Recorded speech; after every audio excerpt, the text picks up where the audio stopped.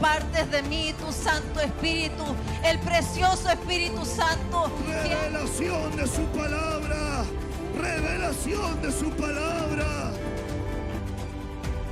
Porque este lugar es ciudad de refugio. Crea en mí, oh Dios, un corazón puro. Y el título más grande que me ha dado es ser hijo de Dios. En esta noche, Padre, en el nombre de Jesús, te damos gracias por este tiempo que tú nos brindas en tu presencia. Suplicamos tu guía, tu ayuda, tu direccionamiento, Señor, y que tú nos hables a todos nosotros. Permite que nosotros seamos libres, Señor, de toda influencia externa, y que nuestro corazón se alinee hacia tu propósito y hacia tu voluntad. Háblanos a mis hermanos, háblame a mí, Señor, aunque yo como tu palabra, también siempre, Señor, te pido que tú me hables. Qué hermoso es estar en tu presencia y presenciar y participar de esa porción que proviene de ti. En el nombre de Jesús oramos, amén y amén. Amén, mis amados hermanos, mis ovejitas queridas. Vamos hoy día a seguir hablando acerca de la iglesia elegida. Y en esta noche, ¿verdad? La parte 6. La iglesia elegida, la parte 6. La verdad, aquí siento de todo corazón que es muy relevante poder trabajar en esta temática de la iglesia elegida. El otro día le contaba el comentario desafortunado que yo escuché de un pastor o un hermano que decía: la iglesia de la teología del escapismo. Yo decía, ¿cómo la iglesia de la teología del escapismo? Si es una doctrina, en la iglesia, hermanos amados, hay dos corrientes doctrinales con relación a la venida del Señor. Las que son del reino aquí y ahora, que están esperando la segunda venida pública, donde todo ojo le verá, y eso quiere decir que quieren pasar toda la tribulación y la gran tribulación por allá, hermanos, al final. Y la iglesia que cree en el arrebatamiento, en el harpazo, ¿verdad? Que dice 1 Tesalonicenses 4, de nuestra reunión con el Señor en las nubes. Y qué importante poder tener atención en las nubes. Que la iglesia entonces que participa del arrebatamiento es porque tiene una correcta relación con las nubes. ¿Cuáles son las nubes que soportan? Las que tienen agua, las que tienen peso. Porque las nubes que no tienen agua son llevadas por los vientos. Es decir, son sin peso, no son robustas, no tienen doctrina. Es muy entonces importante entender lo que tiene que ver con esta iglesia, hermanos amados, que participará y que quiere participar del arrebatamiento. La iglesia elegida, entonces, ese segmento, ese porcentaje que se desprende de la iglesia, de la iglesia general. Hay un remanente fiel y que la Biblia le llama la novia, la más que vencedora, la elegida, la apartada, la señalada. Muchas son las reinas, otras son las concubinas, pero solamente una es mi amada, la elegida, la apartada. Esa es la que estamos estudiando y viendo, la amada de Dios. María, la elegida. María, la amada de Dios, como el prototipo acerca de iglesia. Entonces yo miro en la palabra del Señor otra característica que quisiera ver con usted en esta noche. Y no sé si alcancemos a ver otras más, pero vamos a trabajar en esta. Y esta palabra es, hermano amado, la que sale en Lucas capítulo 1, versículo 38. María, ¿qué significa María? Amada de Dios, elegida. Entonces la iglesia elegida, entonces la amada de Dios, le dijo: soy sierva del Señor. Mire, ponga atención a eso. Soy sierva del Señor. Que esto suceda tal como lo has dicho. Y el ángel se retiró. A mí me parece muy importante ver, y fíjese que hemos ido espigando de una palabra, de un versículo, y hemos ido trabajando y espigando sobre esto, y ha sido muy significativo, muy lindo, ¿verdad? Porque usted también ha ido creciendo en la palabra y en la enseñanza del Señor. ¿Ok? Entonces, aquí quisiera poder conversar con usted acerca de lo que es ser un siervo de Dios, de lo que es ser una iglesia con una estatura de siervo. La verdad que en la Escritura aparecen, ¿verdad?, muchos aspectos asociados a lo que es el servir, a lo que es el servicio, a lo que es un servidor, a lo que es un siervo, a lo que es una sierva, y la Biblia destaca de manera especial lo que es un siervo del Señor y una sierva del Señor. Curiosamente, a lo mejor puedo estar equivocado, pero empecé a buscar sierva del Señor, sierva del Señor, sierva del Señor, y me encontré solamente con María. Si usted encuentra otra versión que diga sierva del Señor, me la hace llegar. Entonces me di cuenta que este título de ser sierva del Señor o ser siervo del Señor solamente se le daba a algunos. Era como un título especial, un título de acreditación, dijéramos, de manera especial. Es como cuando le dice, ¿verdad? Este rey en Babilonia a Daniel, le dice: Daniel, el Dios al cual tú continuamente le sirves. Entonces, como que dice, al Dios que sabe que tú eres devoto con Él, te ha podido guardar, te ha podido librar, te ha protegido de la boca de los leones. Y Daniel le responde: sí, al Dios al cual yo le sirvo, o al Dios al cual yo soy, me ha podido librar, me ha librado de la boca de los leones, ¿verdad? Parafraseando. Entonces, como que hay un sentido de pertenencia. Entonces, cuando uno va a la palabra del Señor, vamos a ver que en la Biblia hay un perfil para el siervo, el perfil de los siervos, el perfil de los esclavos, dijéramos. Entonces, aquí hay algo muy importante, partiendo que un siervo no busca hacer su propia voluntad. Partamos de esa base.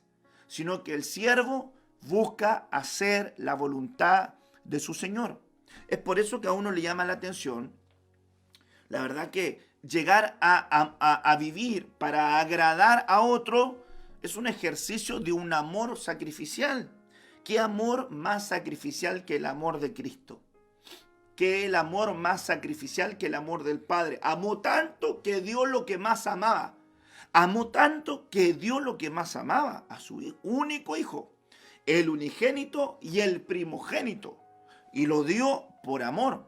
Eso habla entonces que un amor genuino es un amor que está dispuesto a negarse a sí mismo en una faceta sacrificial. Por eso que un amor, hermanos amados, ególatra o un amor lujurioso no es un amor bíblico.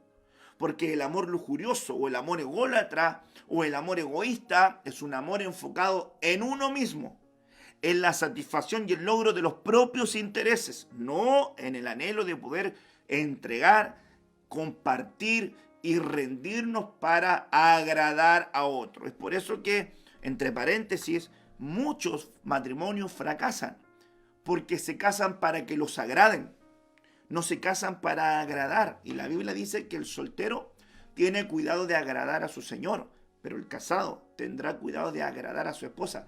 ¿Por qué parte por el casado y no parte por la casada? Porque ya sabe usted que en Efesios 5 mencionan 3 veces al marido que ame y a la mujer 3 veces le dicen que se sujete. Entonces le dicen a la mujer: sujétese como la iglesia debe sujetarse a Cristo. Varón, ame como Cristo amó a la iglesia. Ahí está la medida. Entonces cuando venimos acá dice, el casado tendrá cuidado de agradar. Entonces, ¿quién tiene que dar la pauta de amor, de entrega, de sacrificio? Es el varón.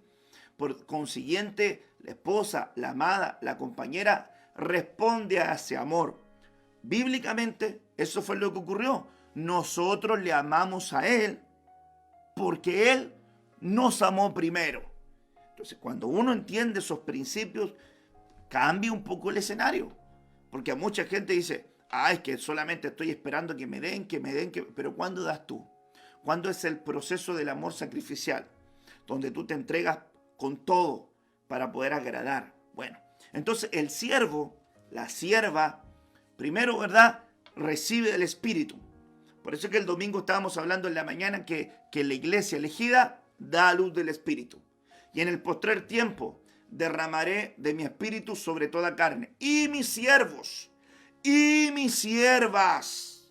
No es para algunos, no es solamente para el siervo. Y mis siervos y mis siervas reciben de esa porción. Según la profecía de Joel, y que repite, ¿verdad?, en el Nuevo Testamento el apóstol Pedro. ¿Ok? Cuando viene la promesa de Pentecostés, que era una promesa de tiempos postreros, ¿verdad?, de tiempos escatos. ¿Ok? Entonces acá miraríamos en este párrafo bíblico algo muy importante, que es aprender a llenar un perfil de siervo.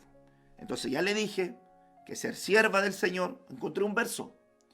Y entonces me llevé a la tarea de buscar a quienes se le llamó siervos del Señor. Y curiosamente encontré dos ejemplos. Uno Moisés y el otro Josué, que en la Biblia se le llama siervo del Señor. Entonces, qué interesante. Ahora también, antes de entrar a este perfil, quisiera poder, ¿verdad?, proyectarle algunos aspectos o algunas características de esta iglesia sierva del Señor. Entonces la Biblia dice, en el libro de 2 de Timoteo 2, verso 24, dice que el siervo del Señor, permítanme parafrasear, que la iglesia que es sierva del Señor, la iglesia que está como esclava al servicio de su Señor, no debe ser peleadora. No debe ser peleadora, rencillosa. Debe ser amable con todos. Debe ser apta para enseñar. Debe ser sufrida. Debe ser gente que corrija tiernamente a los que se oponen. Por si acaso Dios les da el arrepentimiento que conduce al pleno conocimiento de la verdad. Ojo con eso. Que el verdadero arrepentimiento nos conduce al pleno conocimiento de la verdad. Por eso que hay mucha gente que no accede al pleno conocimiento de la verdad, porque no hay un arrepentimiento genuino.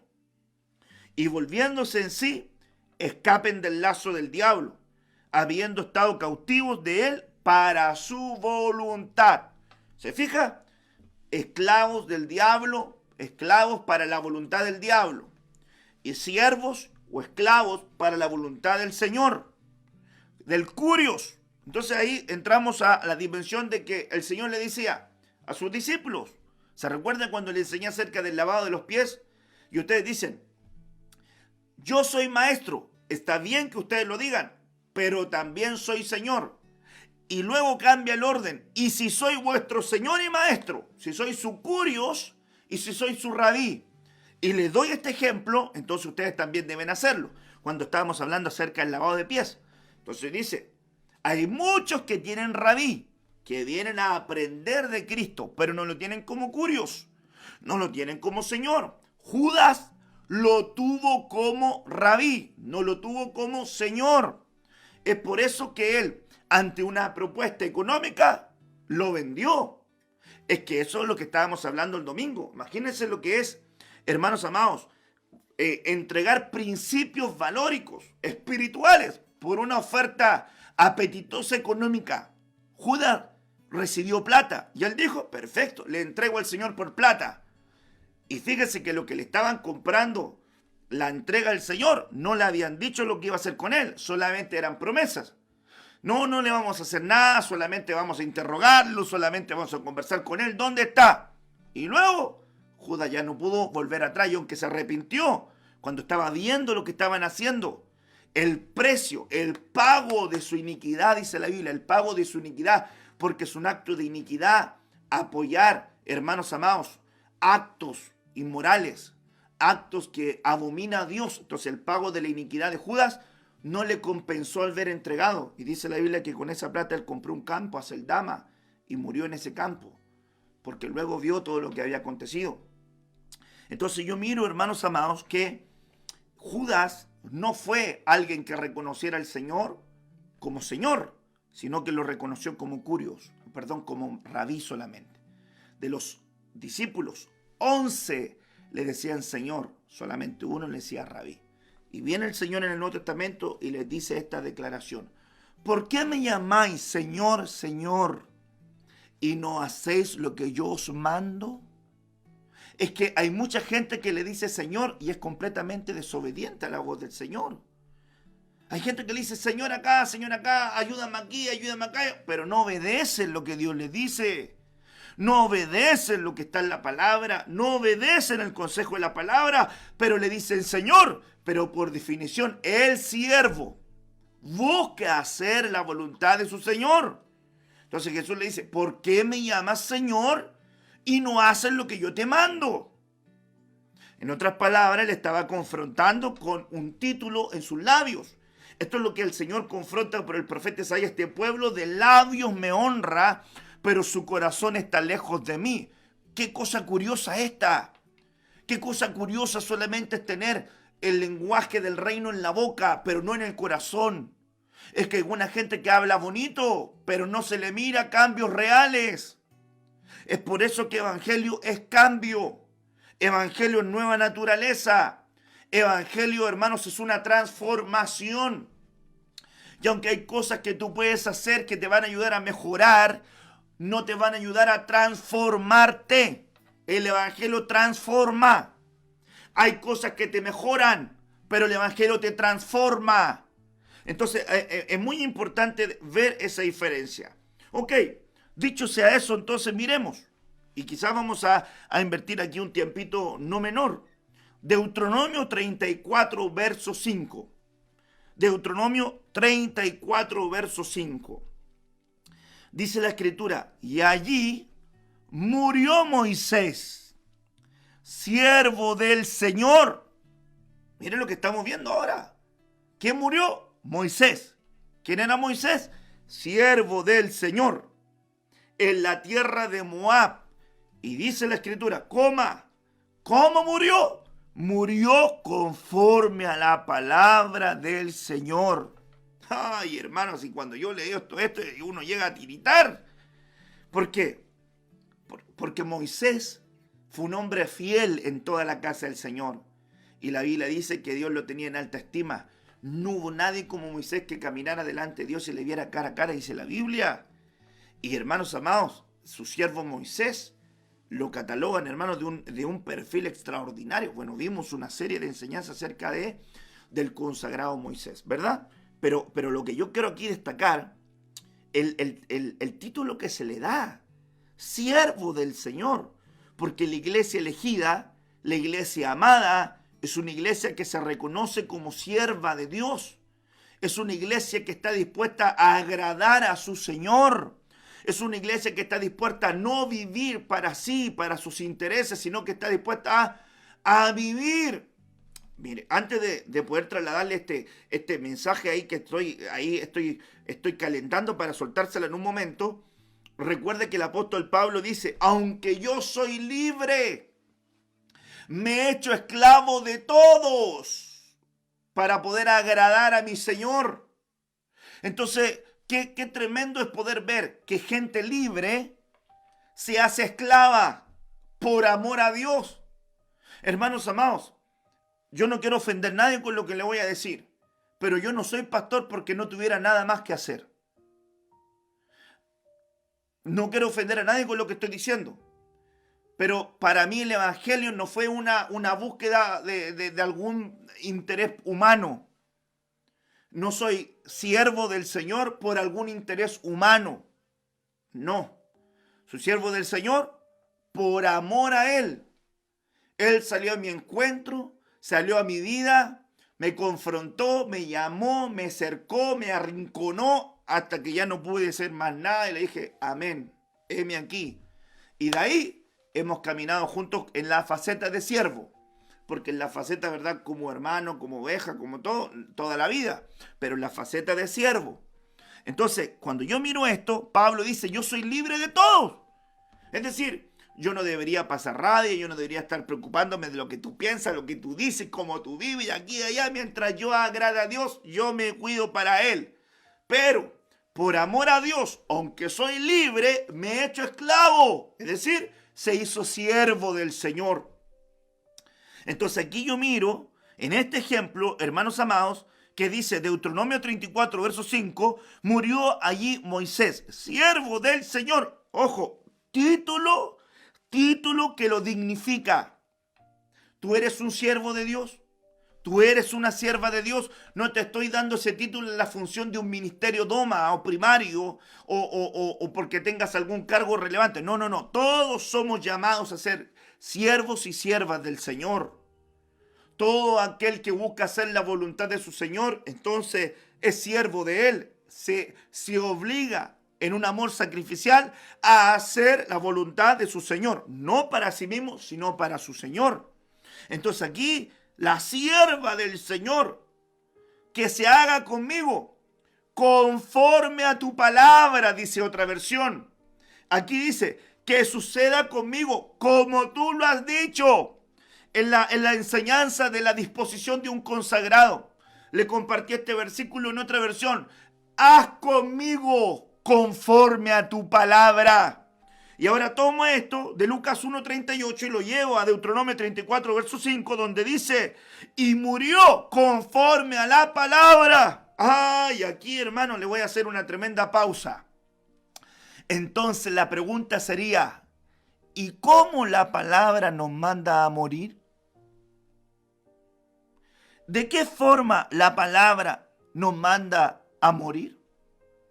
Porque el que quiera perder su vida, el que quiera perder su vida, la salvará, la hallará, la encontrará. Pero aquel que quiera salvarla, la perderá. ¿Qué cosa curiosa es esa? ¿Quieres salvar? Vas a perder. ¿Quieres perder? Vas a ganar. ¿Qué cosa extraña para el razonamiento humano? Para el razonamiento humano, el negarse es perder. El abrazar es ganar. Para el razonamiento humano, hermanos amados, el reconocer tus errores o el pedir perdón es muestra de debilidad. Pero para el entendimiento divino es demostración de grandeza y de altura espiritual. ¿Qué cosa extraña? Hermanos amados, para el mundo, el que se sienta es mayor que el que lo atiende. Para el reino, el que atiende es mayor que el que se sienta. ¡Qué cosa curiosa! Entonces, hermanos amados, yo pudiese establecer aquí un principio, que en el reino, el ascenso es por servicio. En el reino, el ascenso es por servicio. Quien quiera ser el mayor, deberá ser el siervo de todos. Entonces eso habla, hermanos, que debemos echar por tierra el perfil inadecuado del siervo que busca solamente el honor y no el servicio. Como aquel que busca solamente un privilegio para que le reconozcan, pero no quiere servir. No quiere servir en nada. No quiere sacrificarse por nada. No quiere romper su comodidad. No quiere romper sus propios intereses, no está dispuesto a morir conforme su palabra. Y la Biblia en el Nuevo Testamento nos manda a morir de muchas maneras. La Biblia nos dice que seamos uno con Cristo en su cruz. De la manera que habéis recibido al Señor Jesucristo, andad en Él. De modo que se habéis muerto, resucitad con Él. De verdaderamente se habéis resucitado con Él, poned tu mira en las cosas de arriba, no en las de la tierra. Entonces la Biblia dice, morid a vuestras pasiones, morid a vuestras carnalidades, morid a vuestra antigua manera de vivir, despojaos de su viejo hombre que está viciado con, hermano, una relación tóxica. Entonces, que está viciado con una atmósfera tóxica, morir a nuestras pasiones antiguas. ¿De qué manera nos manda a morir? ¿De qué manera Dios te está llamando a morir espiritualmente para el mundo? Pero cuando tú mueres para todo el sistema, cuando tú mueres para lo de las tinieblas, cuando tú mueres para lo terrenal, entonces estás encontrando tu vida espiritual y estás viviendo para lo celestial. Hermanos amados, es que el día en que José, hermanos amados, murió para sus hermanos, para su padre, estaba caminando hacia la vida que Dios tenía preparada para él. El día que Moisés, hermanos amados, murió a la posición de ser hijo de la hija de Faraón, entonces encontró su perfil como siervo del Señor y Dios lo condujo en un proceso no menor. 40 años siendo formado sin que él supiera. 40 años formado él entendiendo, y 40 años formado él cumpliendo el perfil del Señor. 120 años, los 340 de Moisés, hermanos amados. Entonces mire, qué tremendo es esto. ¿De qué manera Dios nos manda a morir? ¿Tendrás que morir a tus anhelos? Yo le preguntaría a usted, ¿cuántos quieren que Dios cumpla sus sueños? Usted me puede decir, amén, quédese esperando. Porque, hermanos amados, si tus sueños no están en la voluntad de Dios, ¿los va a cumplir Él? Entonces, una de las cosas tan tremendas que debemos comprender es que la Biblia dice que Dios cumplirá el deseo de los que le temen. Pero ¿cuál será el deseo del que teme a Dios? Agradarle. ¿Cuál será el deseo del que teme a Dios? Agradarle. Entonces, ¿cuáles serán sus sueños? Sus sueños, sus anhelos, sus proyectos son agradar a Dios. Entonces, ¿será que Dios te manda a morir conforme a su palabra, a tus sueños, a tus anhelos, a tus proyectos? Entonces la pregunta sería, ¿cuánto estás dispuesto a poner delante de Dios para que Él haga su voluntad en tu vida? ¿Cuánto estás dispuesto a poner delante de Dios para que Él haga su voluntad en su vida? Es que yo quiero hacer esto, es que yo quiero hacer esto, es que yo me gustaría hacer esto, a mí me gustaría eso. Mire, a mí me gustaba mucho, yo me preparé y estudié, y yo dije, esto es lo mío. Y Dios me habló que tenía que estudiar eso cuando yo era joven y trabajé en la empresa, en la oficina y disfrutaba, y hermano, me gustaba el ambiente y todo. Y Dios me pidió lo que más amaba. Entonces yo, hermano, se lo tuve que entregar, morir. Dios me mandó a morir conforme a su palabra. Entonces, mire qué tremendo es esto. Entonces la pregunta es, ¿en qué aspectos tienes que morir tú? Tú, iglesia elegida, iglesia amada, ¿a qué tendrás que morir? ¿Cuáles son las cosas que te aferras? ¿O cuáles son las cosas a las cuales no te quieres despojar? A lo mejor el jovencito está en una relación donde se siente mucho afecto, mucho cariño, pero sabe que está en desobediencia con Dios.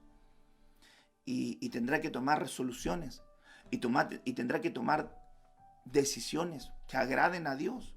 Es que mire qué tremendo es esto, hermanos amados, qué terrible y qué dificultoso es poder generar la enseñanza, porque la palabra de Dios se expone. Yo no puedo obligarlo a usted a nada. Ningún pastor, la verdad. La palabra genuina de un ministro se tiene que exponer. La palabra se expone. Y la obra del Espíritu Santo en la vida de las personas le da la fuerza para poder vivir su palabra, poder vivir la palabra. Pero qué tarea difícil que tiene cualquier ministro por generar, hermanos amados, en el pueblo que pastorea, o aquel que traslada el mensaje, una conciencia espiritual. ¿Cómo trasladar a un pueblo? ¿Cómo trasladar a un joven? ¿Cómo trasladar a una señorita? ¿Cómo trasladar a un hermano, una hermana, a una persona adulta que se despoje de su manera de pensar para que pueda abrazar los principios del reino con la mente de Cristo y vivir en los principios del reino? Qué cosa difícil. Si alguien traslada principios pequeños, ¿no va a trasladar principios mayores? Entonces, ¿cómo hacerle entender a alguien que hay, hermanos amados, principios que son de las tinieblas y principios que son del reino? Y quien viva los principios del reino es porque quiere ser un siervo del Señor, una sierva del Señor, que no está velando por sus propios intereses, que no está velando por lo que Él quiere, que no está velando por los beneficios terrenales para Él, sino que está velando para agradar a aquel que lo tomó por soldado. ¿Qué cosa difícil es? ¿Qué difícil es esa? Que ninguno que está, hermanos amados, en el ejército, se pone en el ejército para agradarse a sí mismo, sino para agradar a aquel que lo tomó por soldado. Así lo dice Timoteo, en las 3 dimensiones de agricultor, de soldado y de atleta. Entonces, hermanos amados, qué importante es poder entender esa dimensión, porque el atleta se abstiene de todo. El labrador trabaja duro y con paciencia, y el soldado acata y obedece. Entonces, ¿qué nivel nosotros estamos perfilando en nuestra vida y en nuestro camino? Entonces, ¿de qué manera tienes que morir? ¿De qué manera Dios te está mandando a morir? ¿De qué forma Dios te está mandando a morir? Entonces, mire que quiero acompañarle este versículo para que lo amarremos con este versículo tan lindo también. Josué capítulo 1, versículo 1. Josué capítulo 1, versículo 1. Ya le dije que el título siervo del Señor, usted en la Biblia no lo va a encontrar en muchas personas. Tal cual, siervo del Señor. Sierva del Señor es María, siervo del Señor, Moisés, Josué, y en la mayoría Moisés, pero no va a encontrar ese título. Va a encontrar siervo, va a encontrar sierva, va a encontrar hermanos distintos, pero siervo del Señor, hermano Moisés, Josué, sierva del Señor, María. Entonces mire qué perfil más lindo que el Señor nos está enseñando en esta noche. Miremos Josué capítulo 1, versículo 1. Por favor, búsquelo conmigo.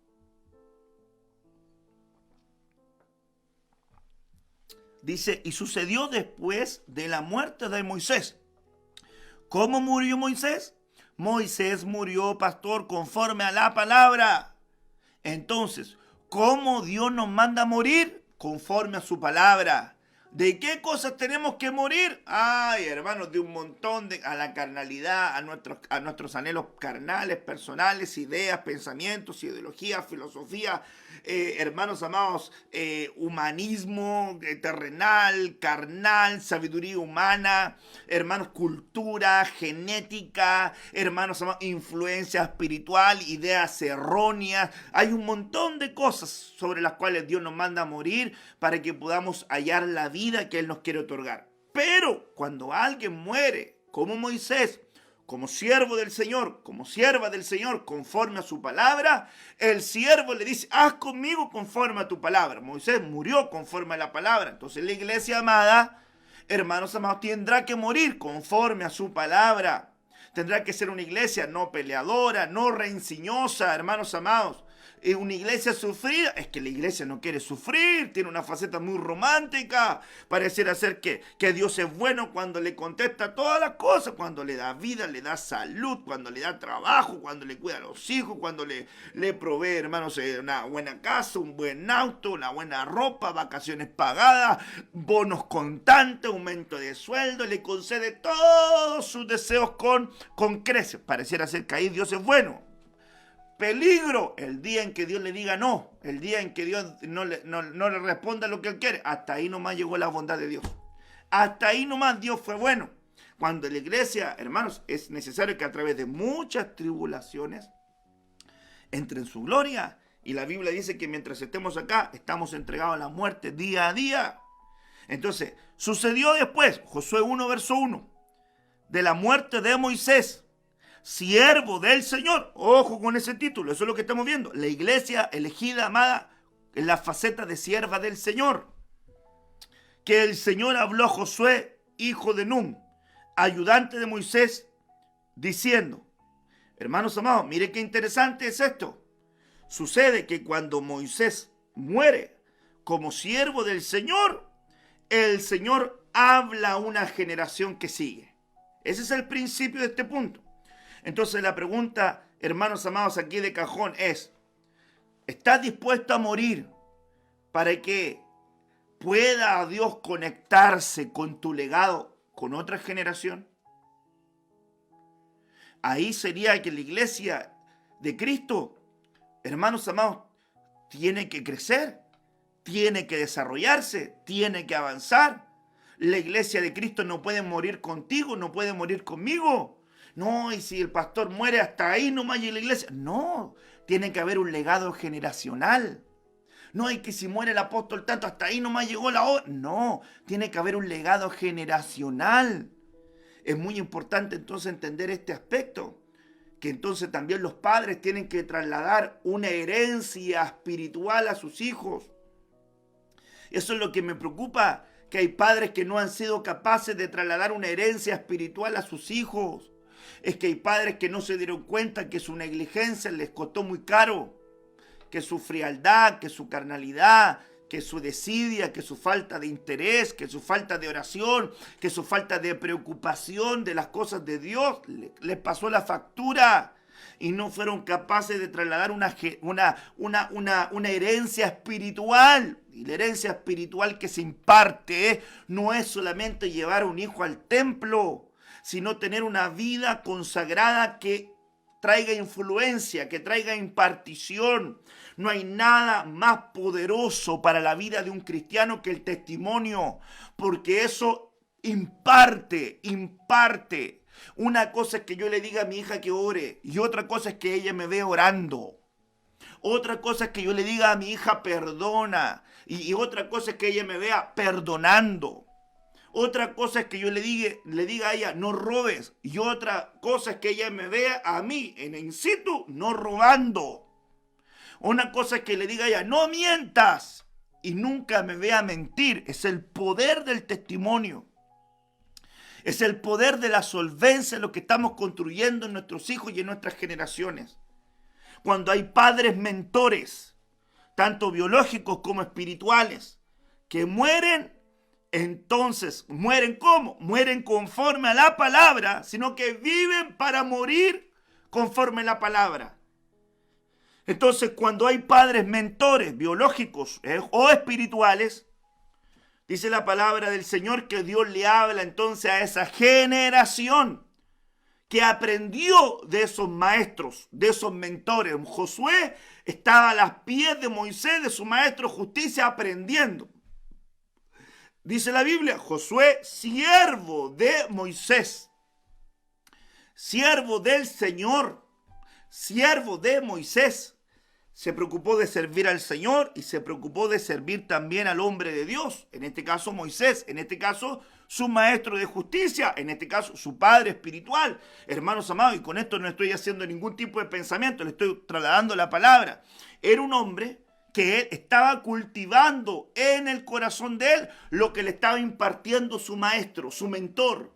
Estaba creciendo con lo que le estaba impartiendo su mentor. Yo le aseguro que muchas veces a lo mejor Josué fue corregido. Josué, hermano, fue a lo mejor en algunos momentos, en algunos procesos se sintió a lo mejor en estrechez, apretado, incómodo, pero fue aprendiendo. Es que cuando alguien persevera en la instrucción es digno de un manto. El que persevera en la instrucción es digno de un manto. Eliseo perseveró en la instrucción, Eliseo perseveró en el rechazo, Eliseo perseveró, hermanos amados, en las distintas estaciones y fue digno de un manto. David perseveró en la soledad, en el rechazo, en la crítica, en el ataque, en el odio, perseveró con el abandono, perseveró con todas las cosas. Y hermanos amados, y Dios le entregó un manto. Hermanos amados, entonces nosotros podemos ver y podemos comprender por la palabra del Señor que quien muere conforme la palabra es un siervo. Una iglesia que está dispuesta a morir a las cosas terrenales va a ser una iglesia sierva. Y la iglesia sierva va a conectar a generaciones que vienen. Va a mentorear a generaciones que vienen. Por eso es tan importante, hermano, trasladar una herencia espiritual a las generaciones que estamos formando. A los niños, a los bebés, a los adolescentes, a los jóvenes. Y esto es un trabajo en conjunto. Padre que me estás oyendo, madre que me estás oyendo, tienes una responsabilidad grande de trasladar una herencia espiritual a tus hijos. Pablo le dijo a Timoteo, la fe que vi en tu abuela, la fe que vi en tu madre, también la veo en ti, Timoteo. Hubo una fe impartida, hubo una herencia impartida espiritualmente. Cuando en los padres quedan aspectos que no han sido vencidos, se levanta en contra de las generaciones que vienen. Pero cuando hay padres mentores que mueren conforme a la palabra, porque son siervos del Señor, siervas del Señor, trasladan un mensaje de luz a las nuevas generaciones que vienen. Esto es tremendo, hermanos amados, porque estamos lidiando con una generación terrible. Hermanos, estamos lidiando con el carácter de los hombres en los postreros días. Pablo enseñaba esto. Hermanos, en los postreros días vendrán tiempos difíciles. Pero ¿cómo eran los días de Pablo? Los días de Pablo fueron de persecución. Los días de Pablo fueron donde quemaron cristianos con fuego. Los días de Pablo eran donde decapitaban, aserraban, hermanos amados, martirizaban, trituraban, donde los devoraban leones, donde los tiraban al foso, a calabozos, donde los mandaban a otros lugares, hermanos, los mandaban a la dispersión, les tiraban aceite caliente. Y Pablo dice, ¿vendrán días peores? O sea, qué impresionante es esa declaración. Si esos días fueron difíciles, entonces, ¿cómo serán los días que vienen? Hermanos, la iglesia primaria, hermanos, se mantuvo ahí batallando, luchando. Y luego, hermanos, hubo tal tipo de contaminación que según Isaías, hermanos amados 5, Dios mandó a las nubes que no dieran más, hermanos amados, agua. ¿Por qué? Porque, hermanos amados, Israel se corrompió, la iglesia amada de él se corrompió. Entonces hubo una época de oscurantismo, no había revelación. Hermanos amados, y en ese tiempo, hermanos, mucho se desvió, mucho se contaminó. Entonces viene la época donde Dios empieza a restaurar todas las cosas y empieza a restaurar el ministerio del pastor y luego del evangelista y del maestro, luego del evangelista, luego del profeta, el último, el apóstol, para poder restaurar todas las cosas, como dice el libro de Hechos, porque son tiempos finales. Pero mira el perfil de los hombres de este tiempo, según de Timoteo 3, hermanos, del 1 del adelante. El perfil de los hombres de los postreros días. Hombres implacables, hombres iracundos, amadores de sí mismos, amadores de sus deleites. Hermanos, aborrecedores de Dios. Aborrecedores de sus padres. Hermanos amados, hoy las tinieblas no batallan, hermano amado, con alguna, hermano, no es un ataque con alguna denominación o con alguna religión, es un ataque por la influencia del espíritu del anticristo contra todo lo que se llama Dios o es objeto de culto a Dios. Y quien no entiende el tiempo en el cual estamos viviendo es porque no está despertando espiritualmente. Hoy, hermanos amados, estamos viviendo en una etapa, en una encrucijada muy fuerte. Hay gente que se tiene que definir. Hay gente que tiene que definir muy claro su camino. Si va a estar con Cristo o no va a estar con Él. Josué le dijo, yo y mi casa servirá al Señor. Ahora ustedes saben lo que Dios ha hecho con ustedes. Dios sabe lo que ha hecho con ustedes. Ustedes saben lo que Dios ha hecho con ustedes. Con sus casas, con sus familias, con sus hijos. Escojan bien a quién van a servir. ¿A quién van a servir? ¿De quién van a ser siervos? ¿Del sistema o del Señor? Tomen una decisión. ¿A quién van a servir? ¿A quién van a agradar? ¿A quién quieren honrar? ¿A quién quieren entregarle su devoción? Hay que tomar decisiones. El Señor le dijo, no os conozco, apartados de mí, hacedores de maldad, porque me llaman Señor y no hacen lo que yo les mando. Dicen que son mis siervos y son desobedientes. Dicen que es una iglesia de siervos, de siervas y desobedecen. Eso no nos va a llevar a un buen fin como iglesia. Entregar, hermanos amados, si no impartimos a las generaciones que vienen una espiritualidad en los tiempos que estamos viviendo, las tinieblas van a arrasar con tus hijos. Van a arrasar con tus hijas, van a arrasar con tus pequeños, van a arrasar con los adolescentes, van a arrasar con todo. Porque es el tiempo donde tienen que ser, hermanos amados, gente que tenga principios y convicciones inamovibles. No estamos en la época de la ambigüedad. No estamos en la época donde la iglesia tiene que ser ambigua. Donde, hermanos, si la trompeta toca un sonido incierto, ¿quién se preparará para la batalla? La voz tiene que ser clara. La iglesia tiene que ser clara. Los padres tienen que ser claros. Esto es en lo que creímos. En esto caminamos. En esto estamos sirviendo a Dios. Esta es nuestra vida. Yo y mi casa. Es que tiene que haber una voz de los padres sobre los hijos. Cómo los están formando. Que se involucren en lo que ellos ven, en lo que ellos piensan. Que se involucren en sus amistades. Hermanos amados, porque la Biblia habla que las influencias de las tinieblas van a ser fuertes. Y hoy, hermanos, la influencia del humanismo, la influencia, hermano amado, del gnosticismo, la influencia de los ateos, de los agnósticos, las influencias políticas, las influencias de cualquier parte, hermanos amados, están levantándose en contra de la influencia mayor que es de la palabra, del evangelio. Entonces nosotros tenemos que tener una voz. Qué terrible y con tristeza podemos ver esto. El perfil, 18 características de los hombres de los postreros días. Y mire lo que veo yo en el libro de Proverbios 30, verso 11. Hay una generación que maldice a su padre y a su madre no bendice. ¿Por qué hay una generación que maldice a su padre y a su madre no bendice? ¿Por qué las generaciones maldicen la paternidad? ¿Sabe por qué alguien maldice la paternidad? Porque no recibió un buen ejemplo paternal. Porque no le impartieron. Porque no le impartieron una espiritualidad en la relación paternal. Por eso es que la gente ataca la paternidad. ¿Por qué alguien ataca la paternidad espiritual? Porque tuvo una mala referencia de un padre biológico. Porque hay gente que le cuesta sujetarse a una autoridad espiritual porque no se ha sujetado a una autoridad terrenal. Hermanos, es que hay muchos que tuvieron una experiencia terrible con sus padres biológicos, con padres, con madres biológicas. Entonces no logran conectarse con una paternidad espiritual. Y mire qué tremendo es esto, porque los padres, hermanos, que Dios te otorga, no son a lo mejor santos de tu devoción biológicamente, podrás decir tú. Yo espero que mis hijas me amen. Voy a hacer lo que esté en mi alcance para ser un buen padre. Voy a tener que corregirlas, les voy a tener que decir no, les voy a tener que decir sí, les voy a decir tal vez. Voy a, hermanos, llamarle la atención, voy a tener que ser un custodio, cercar su camino, poder estar ahí. A lo mejor se van a enojar conmigo, a lo mejor un día se van a enojar cuando sean adolescentes y me van a gritar, es que no te quiero y aquí, quizás qué cosas me van a decir. Pero al final del tiempo me van a agradecer. Pero ese proceso, como dice el libro de Hebreos, al principio la corrección es motivo de molestia, pero al final es motivo de alegría.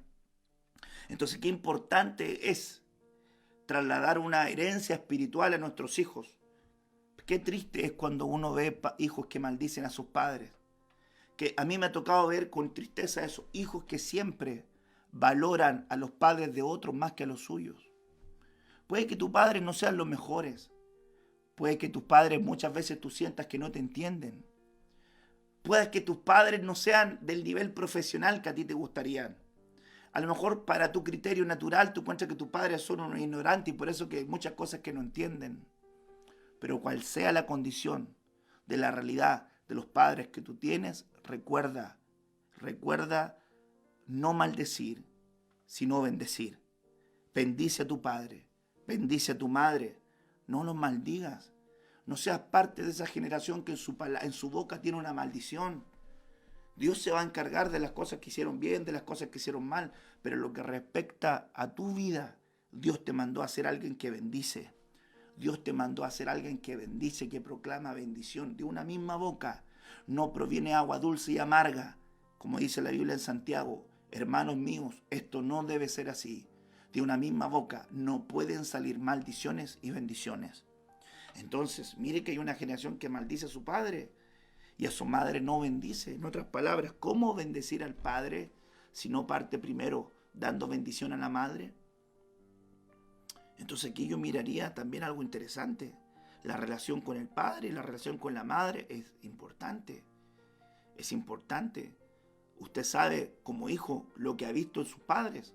A lo mejor han cometido errores, a lo mejor no tuviste una buena relación con tu padre biológico, a lo mejor ni lo conoces, pero bendito Dios que te entregó padres espirituales para que pudieras sanar lo que tienes que sanar. Y ahí tienes que trabajar en esa relación, vas a tener que trabajar en esa relación porque mire, el que se crió sin papá no tiene idea cómo es, entonces va a tener que invertir tiempo en construir una relación, va a ir aprendiendo, va a ir ¿cómo es esto? ¿Lo llamo? ¿No lo llamo? ¿Hablo con él? Me tomo un té, un café, y si me reta, chute, me retó mi pastor, mi papá me retó, me voy a enojar con él, me voy. No ha aprendido, porque no está trabajando en su relación paternal, en su relación maternal. Es que por eso es tan importante construir eso, porque así también, hermanos amados, se van rompiendo las fortalezas que nos van separando de la paternidad celestial. Es que Dios lo estableció así. Dios lo estableció así. La Biblia dice por el apóstol Pablo, porque tuvimos muchos padres. Entonces cuando alguien dice no llaméis a nadie padre en la tierra, lo que ocupa es palabra caleo. No llaméis a nadie caleo aquí en la tierra, porque ese padre no está, por supuesto. Pero la Biblia dice tuviste muchos padres, y aunque tengáis muchos años maestros, no tendré muchos padres. Y la Biblia habla en el Nuevo Testamento en muchas veces acerca de la paternidad.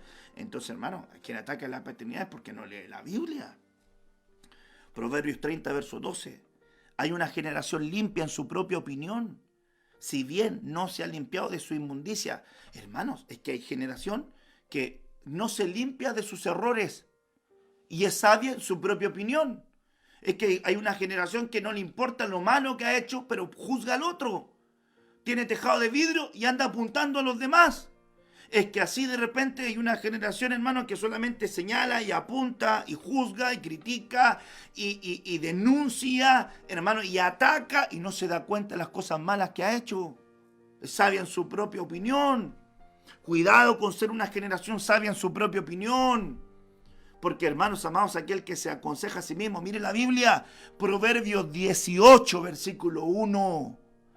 El que se separa, el que se aparta de sus hermanos, el que se aparta, sus propios caprichos busca. Su propio deseo busca, no el de Dios, sus propios caprichos y deseos busca.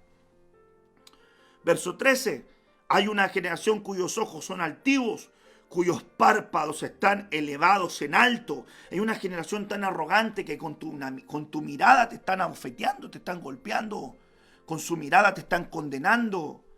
Por eso, hermanos amados, que la lámpara del cuerpo son los ojos. Usted mire la mirada de un hombre y va a darse cuenta del orgullo que está en su corazón, la soberbia que carga en su corazón. Así lo dice la Biblia.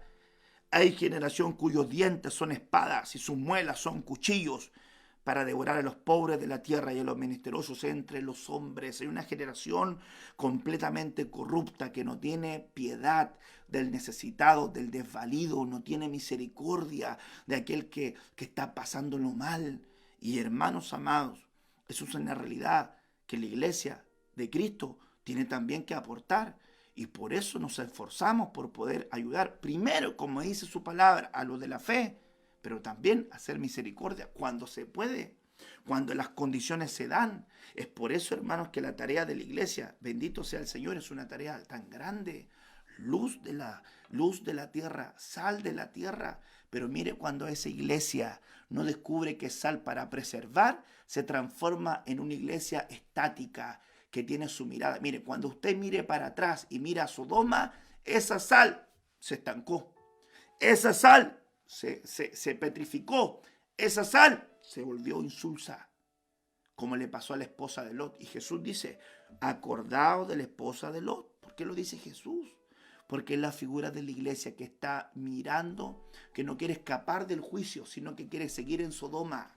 Estaba Dios desatando juicio y ella, en vez de estar alegre por haber escapado, quería volver. Estaba mirando, su corazón todavía estaba ligado con ese sistema.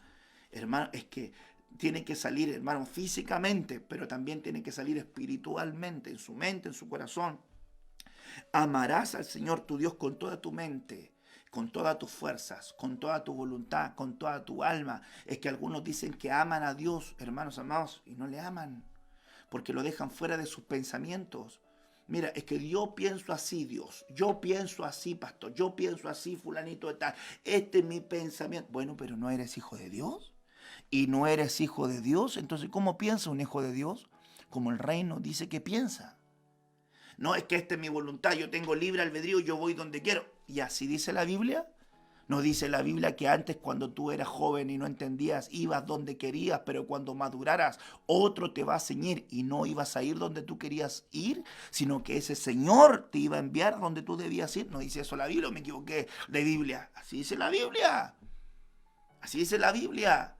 Amarás al Señor con todo tu corazón. Con todo tu corazón. No con un porcentaje, no con una parte, con todo. Entonces, este mensaje es para los que también quieren agradar a Dios. La iglesia elegida, la iglesia amada por Dios, es una iglesia que se quiere transformar en una iglesia sierva de Dios para hacer lo que Él manda. Cuidado con decir que amas a Dios y hacer todo lo que Dios no te manda. Preocúpate de saber si lo que vas a hacer, si lo que estás haciendo, si lo que piensas, si lo que vas a pensar va de acuerdo a lo que Dios te está mandando hacer o no. Porque sobre todas las cosas que los hombres hagan, tendrán que dar cuenta, sean buenas o sean malas. De todo lo que tu boca diga, tendrás que dar cuenta, sea bueno o sea malo. Entonces no pienses que vas a quedar impune de las cosas que haces o dejas de hacer, o de las cosas que piensas o dejas de pensar, porque todas estas cosas están delante de los ojos del Señor y Dios no dará por inocente al culpable. Entonces nosotros debiéramos preocuparnos de decir, Señor, que mi corazón sea como María, hágase conmigo conforme a tu palabra. Señor, que sea como Moisés, que muera conforme a tu palabra. y que esa muerte, conforme a tu palabra, me ayude a trasladar a esta generación que estoy formando, a esta generación que estoy formando, a mis hijos biológicos, a mis hijos espirituales, a esta generación, en el caso mío, en el caso suyo, a estos hijos que estoy formando biológicos que tú me diste. Señor, ayúdame a formarlos en el temor tuyo. Amén. Bendito sea el Señor y bendita sea su palabra. Padre, en el nombre de Jesús, sembramos esta palabra en el corazón de tu pueblo para que sea guardada, atesorada, Señor, sembrada y nunca falte nada de aquello que proviene de tu mano. Sea tu nombre alabado y sea tu nombre exaltado en medio de tu pueblo. Somos siervos tuyos. La iglesia elegida, la iglesia amada, es una iglesia que quiere ser tu sierva. Es una iglesia que quiere servir a tu voluntad. Ayúdanos, Señor, en el nombre de Jesús. Amén y amén.